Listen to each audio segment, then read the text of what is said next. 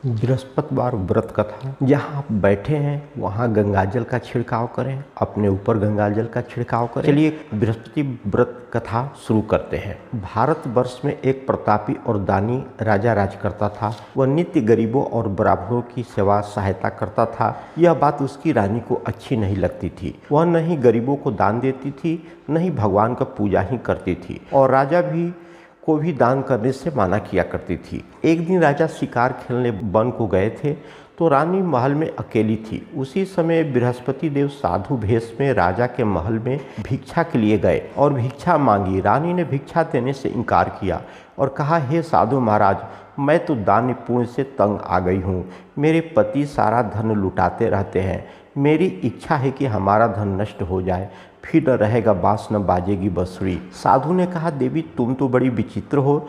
धन संतान तो सभी चाहते हैं, पुत्र और लक्ष्मी तो पापी के घर में भी होना चाहिए। यदि तुम्हारे पास अधिक धन है तो भूखे को भोजन कराओ, प्याले लगवाओ, प्याऊ बनवाओ, मुसाफिरों के लिए धर्मशाला खुलवाओ। जो निर्धन व्यक्ति है उनको भोजन कराओ, कुंवारी कन्याओं का विवाह कराओ। इन सब कर्म करो, शुभ काम करो। ऐसे और कई काम है जिनके करने से तुम्हारा यश लोक परलोक में फैलेगा। परंतु रानी पर उपदेश का कोई प्रभाव न पड़ा। वह बोली, महाराज आप मुझे कुछ न समझाइए। मैं ऐसा धन नहीं चाहती हूँ जो हर जगह बांटती फिरूं। साधु ने उत्तर दिया, यदि तुम्हारी ऐसा ही इच्छा है तो तथास्तु। तुम ऐसा करना कि बृहस्पतिवार को घर लिप करके पीली मिट्टी से अपना सिर धो करके स्नान करना, भट्ठी चढ़ा करके कपड़े धोना। ऐसा करना आपका सारा धन नष्ट हो जाएगा। इतना कहकर वह साधु महाराज वहां से अंतर ध्यान हो गए। साधु के अनुसार कई बातों को पूरा करते हुए रानी केवल 3 बृहस्पतिवार ही किए थे कि उनका समस्त धन संपत्ति नष्ट हो गई। भोजन के लिए राजा का परिवार तरसने लगा। तब एक दिन राजा ने रानी से बोला कि हे रानी, तुम यहीं रहो, मैं दूसरे देश को जाता हूँ, क्योंकि यहाँ पर सभी लोग मुझे जानते हैं और दूसरे देश में जाऊँगा तो वहाँ कोई मुझे पहचानेगा नहीं, इसलिए मैं कोई छोटा कार्य नहीं कर सकता। ऐसे कहकर के राजा प्रदेश चला गया। वहाँ वह जंगल से लकड़ी काट करके लाता और शहर में बेचता। इस तरह वह अपना जीवन व्यतीत करने लगा।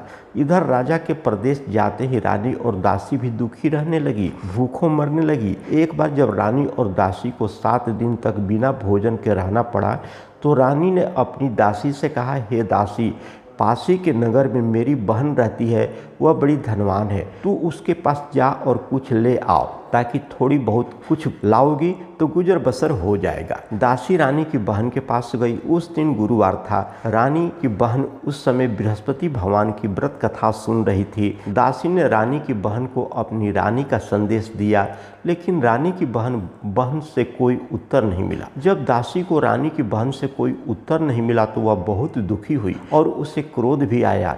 दासी ने वापस आकर रानी को सारी बात बतला दी। सुनकर रानी ने अपने भाग्य को कोसा। उधर रानी की बहन ने सोचा कि मेरी बहन की दासी आई थी, परंतु मैं उनसे बोली नहीं, इससे वह बहुत दुखी हुई होगी। कथा सुनकर और पूजन समाप्त करके वह अपनी बहन के घर आई और कहने लगी, हे बहन, मैं बृहस्पतिवार का व्रत कर रही थी। तुम्हारी दासी मेरे घर गई थी, परंतु जब तक कथा होती है तब तक न उठते हैं न कुछ बोलते हैं, इसलिए मैं नहीं बोली। कहो दासी क्यों गई थी हमारे पास? रानी बोली, बहन तुमसे क्या छिपाऊं, हमारे घर में खाने तक को अनाज नहीं है। ऐसा कहते कहते रानी के आंखें भर आई। उसने दासी समेत पिछले 7 दिनों से भूखे रहने की बात कही और उसकी बहन सुन करके रानी की बहन बोली, देखो बहन, भगवान बृहस्पति सबकी मनोकामना को पूर्ण करते हैं। देखो शायद तुम्हारे घर में अनाज रखा हो। पहले तो रानी को विश्वास नहीं हुआ, पर बहन के आग्रह करने पर उसने अपनी दासी को अंदर भेजा तो उसे सचमुच अनाज से भरा एक घड़ा मिला। यह देखकर के दासी को बड़ी हैरानी हुई। दासी रानी से कहने लगी, हे रानी, जब हमको भोजन नहीं मिलता है तो हम व्रत ही क्या करते हैं रोज, इसलिए क्यों न इनसे व्रत और कथा की विधि पूछ ली जाए, ताकि हम भी व्रत करके करें। और तब रानी ने अपनी बहन से बृहस्पतिवार के व्रत के बारे में पूछा। उसकी बहन ने बताया, बृहस्पतिवार के व्रत में चने की दाल और मुनक्का से विष्णु भगवान का केले की जड़ में पूजन करे तथा दीपक जलाए, व्रत कथा सुने और पीला भोजन ही करे, इससे बृहस्पति भगवान प्रसन्न होते हैं। व्रत और पूजन विधि बतला करके रानी की बहन अपने घर को लौट गई। 7 दिन के बाद जब गुरुवार आया तो रानी और दासी ने व्रत रखा। घुड़सवाल में जाकर के चना बीन लाई और गुड़ लाई। फिर उसने केले की जड़ तथा विष्णु भगवान का पूजन किया। अब पीला भोजन कहाँ से आए, इस बात को लेकर के दोनों बहुत ही दुखी थी। क्योंकि उन्होंने व्रत रखा था, इसलिए बृहस्पति भगवान प्रसन्न थे। इसलिए वे एक साधारण व्यक्ति का रूप धारण करके 2 थालों में सुंदर पीला भोजन दासी को दे गए। भोजन पाकर के दासी बहुत ही प्रसन्न हुई, खुश हुई और फिर रानी के साथ मिलकर के भोजन ग्रहण किया। उसके बाद वे सभी गुरुवार को व्रत और पूजन करने लगे। बृहस्पति भगवान की कृपा से उनके पास भी धन संपत्ति आ गई, परंतु रानी फिर से पहले की तरह ही आलस करने लगी। तब दासी बोली, देखो रानी, तुम पहले भी इस प्रकार की आलस किया करती थी। तुम्हें धन रखने में कष्ट होता था, इस कारण सभी धन नष्ट हो गए थे। और अब आप भगवान बृहस्पति भगवान की कृपा से धन मिला है तो फिर से आलस क्यों करती हो। रानी को समझाते हुए दासी कहती है कि बड़ी मुसीबतों के बाद हमने यह धन पाया है, इसलिए हमें दान पुण्य करना चाहिए, भूखे मनुष्यों को भोजन कराना चाहिए और धन को शुभ कार्यों में खर्च करना चाहिए, जिससे तुम्हारे कुल का यश बढ़ेगा, स्वर्ग की प्राप्ति होगी और पितर लोग प्रसन्न होंगे। दासी की बात मानकर के रानी अपना धन शुभ कार्यों में खर्च करने लगी, जिससे पूरे नगर में उनका यश फैलने लगा। एक दूसरी कथा शुरू करते हैं। एक दिन राजा दुखी होकर के जंगल में एक पेड़ के नीचे आसन लगा करके बैठ गया। वह अपनी दशा को याद करके व्याकुल होकर रोने लगा। बृहस्पति भगवान का दिन था। एकाएक उसने देखा कि निर्जन वन में एक साधु प्रकट हुए। वह साधु भेष में स्वयं बृहस्पति देवता ही थे। लकड़हारे के सामने आकर के बोलते हैं, लकड़हारे, इस सुनसान जंगल में तुम चिंता क्यों करके बैठे हो। लकड़हारे ने दोनों हाथ जोड़ करके प्रणाम किया और उत्तर दिया, महात्मा जी, आप सब कुछ जानते हैं, मैं क्या कहूँ। यह कह करके रोने लगा और साधु को अपनी आत्मकथा सुनाई। महात्मा जी ने कहा, तुम्हारी स्त्री ने बृहस्पति भगवान के दिन भगवान के निरादर किया है, जिसके कारण भगवान रुष्ट होकर के हो गए हैं। इसके वजह से तुम्हारी यह दशा हुई है। अब तुम चिंता दूर करके मेरे कहने के अनुसार चलो, तुम्हारे सब कष्ट दूर हो जाएंगे और भगवान पहले से भी अधिक संपत्ति देंगे। तुम बृहस्पति भगवान के दिन कथा किया करो। 2 पैसे के चने मुनक्का ला करके उसका प्रसाद बनाओ और शुद्ध जल से लोटे में शक्कर मिला करके अमृत तैयार करो। कथा के पश्चात अपने सारे परिवार और सुनने वाले प्रेमियों में अमृत व प्रसाद बांट करके आप भी ग्रहण करो। ऐसा करने से भगवान तुम्हारी सब मनोकामनाएं पूरी करेंगे। साधु के ऐसे वचन सुनकर के लकड़हारा बोला, हे प्रभु, मुझे लकड़ी बेच करके इतना पैसा कहाँ मिलता है जिससे भोजन करने के उपरांत कुछ बचा भी सकूं। मैंने रात्रि में अपनी स्त्री को व्याकुल देखा है, मेरे पास कुछ भी नहीं है जिससे मैं उसकी खबर मंगा सकूं। साधु ने कहा, हे लकड़हारे, तुम किसी बात की चिंता मत करो। बृहस्पतिवार के दिन तुम रोजाना की तरह लकड़ियां लेकर शहर के जाओ। तुमको रोज से दुगना धन प्राप्त होगा, जिससे तुम भली भांति भोजन भी कर लोगे और बृहस्पति भगवान का पूजा भी कर लोगे। इतना कहकर साधु अंतर ध्यान हो गए। धीरे धीरे समय व्यतीत होने लगा। फिर वहीं बृहस्पतिवार का दिन आया। लकड़हारा जंगल से लकड़ी काट करके शहर में बेचने गया। उसे उस दिन से अधिक पैसा, सब दिन से अधिक उसको ज़्यादा पैसा उस दिन मिला। राजा ने चना गुड़ आदि ला करके गुरु भगवान का व्रत किया। उस दिन से उसके सभी क्लेश दूर हुए। परंतु जब दोबारा गुरुवार का दिन आया तो बृहस्पति भगवान का व्रत करना भूल गया। इस कारण बृहस्पति भगवान नाराज हो गए। उस दिन उस नगर के राजा ने विशाल यज्ञ का आयोजन किया था। शहर में यह घोषणा करवा दी गई थी कि कोई भी मनुष्य अपने घर में भोजन न बनाए, आग न जलाए, समस्त जनता मेरे यहाँ ही भोजन करने आए। इस आज्ञा को जो नहीं मानेगा उसे फांसी की सजा दी जाएगी। इस तरह की घोषणा संपूर्ण नगर में करवा दी गई। राजा के आज्ञा के अनुसार शहर के सभी लोग भोजन करने गए, लेकिन लकड़हारा कुछ देर से पहुंचा। इसलिए राजा उसको अपने साथ घर लिवा ले गए और ले जाकर के भोजन करा रहे थे तो रानी की दृष्टि उठ खूंटी पर पड़ी, जिस पर उनका हार लटका हुआ था। वह वहां पर दिखाई नहीं दिया। रानी ने निश्चय किया कि मेरा हार इस मनुष्य ने ही चुराया है। उसी समय सिपाहियों को बुला करके उसको कारागार में डलवा दिया। जब लकड़हारा कारागार में पड़ गया और बहुत कुछ दुखी होकर के सोचने विचारने लगा कि न जाने कौन से पूर्व जन्म के कर्म से मुझे यह दुख प्राप्त हो रहा है, और उसी साधु को याद करके रोने लगा जो जंगल में मिला था। उसी समय तत्काल बृहस्पति भगवान जी साधु के रूप में प्रकट हो गए और उसकी दशा को देख करके कहने लगे, अरे मूर्ख, तूने बृहस्पति भगवान की कथा नहीं की है। इस कारण से तुझे दुख प्राप्त बार बार होता है। अब चिंता मत कर, बृहस्पति भगवान के दिन कारागार के दरवाजे पर 4 पैसे पड़े मिलेंगे, उनसे तू बृहस्पति भगवान की पूजा करना, तेरे सभी कष्ट दूर हो जाएंगे। बृहस्पतिवार के दिन उसे 4 पैसे पड़े मिले। लकड़हारे ने कथा कही। उसी रात्रि को बृहस्पति भगवान ने उस नगर के राजा को स्वप्न में कहा, हे राजा, तुमने जिस आदमी को कारागार में बंद कर दिया है वह निर्दोष है, वह राजा है, उसे छोड़ देना। रानी का हार उसी खूंटी पर लटका हुआ है। अगर तू ऐसा नहीं करेगा तो मैं तेरे राज को नष्ट कर दूंगा। इस तरह रात्रि के स्वप्न को देख करके राजा प्रातःकाल उठा और खूंटी पर हार दे करके लकड़हारे को बुला करके उससे क्षमा मांगी और लकड़हारे को योग्य सुंदर वस्त्र आभूषण दे करके विदा कर दिया। बृहस्पति भगवान की आज्ञा के अनुसार लकड़हारा अपने नगर को चल दिया। राजा जब अपने नगर के निकट पहुंचा तो उसे बड़ा आश्चर्य हुआ। नगर में पहले से अधिक बाग, तालाब, कुएं तथा बहुत से धर्मशाला, मंदिर आदि बन गई थी। राजा ने पूछा, यह किसका बाग और धर्मशाला है? तब नगर के सब लोग कहने लगे, यह सब रानी और बादी का है। तो राजा को बड़ा ही आश्चर्य और गुस्सा भी आया। जब रानी यह खबर सुनी कि राजा आ रहे हैं तो उन्होंने बादी से अपनी नौकरानी से कहा कि हे दासी, देख राजा हमको कितनी बुरी हालत में छोड़ करके गए थे। हमारी ऐसी हालत देख करके वे कहीं क्रोध में होकर के लौट न जाए, इसलिए तू दरवाजे पर ही खड़ी रह। आज्ञा के अनुसार दासी दरवाजे पर ही खड़ी हो गई।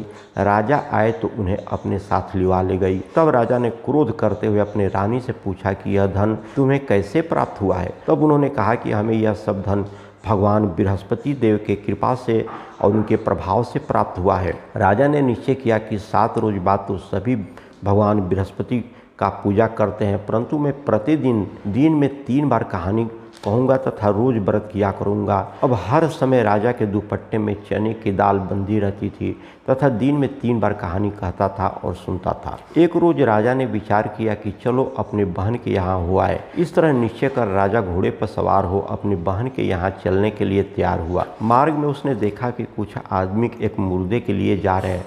उन्हें रोक करके राजा कहने लगा, अरे भाइयों, मेरी बृहस्पति भगवान की कथा तो सुन लो। वे बोलो, लो हमारा तो आदमी मर गया, इसको अपनी कथा की पड़ी है। परंतु कुछ आदमी बोले, अच्छा कहो भाई, हम तुम्हारी कथा सुन लेते हैं। राजा ने दाल निकाली। जब कथा आधी हुई थी कि मुर्दा हिलने लग गया और जब कथा समाप्त हो गई तो राम राम करके मनुष्य उठ करके खड़ा हो गया।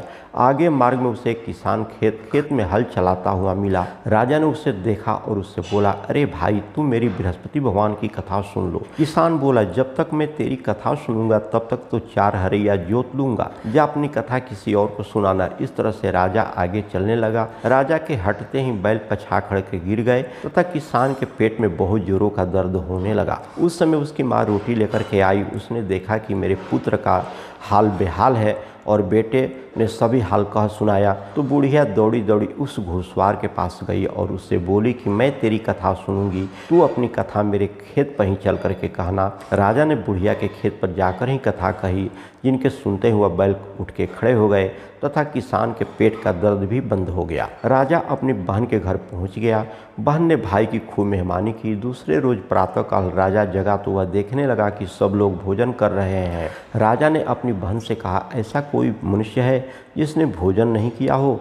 मेरी बृहस्पति भगवान की कथा तो सुन ले। बहन बोली, हे भैया, यह देश ऐसा ही है, पहले लोग यहाँ भोजन करते हैं, बाद में अन्य कार्य करते हैं।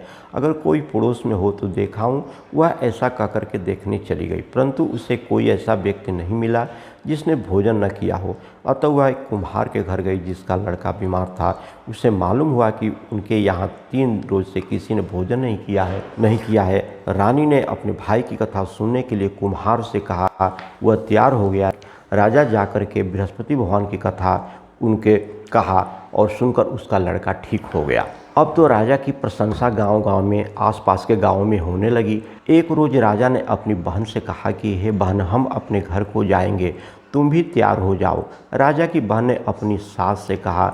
सास ने कहा, हाँ चली जा, परंतु अपने लड़के को मत ले जाना क्योंकि तेरे भाई की कोई औलाद नहीं है। बहन ने अपने भैया से कहा कि हे भैया, मैं तो चलूँगी पर कोई बालक नहीं जाएगा। राजा बोला, जब कोई बालक नहीं चलेगा तो तुम चलकर क्या करोगी? बड़े दुखी मन से राजा अपने नगर को लौट आया।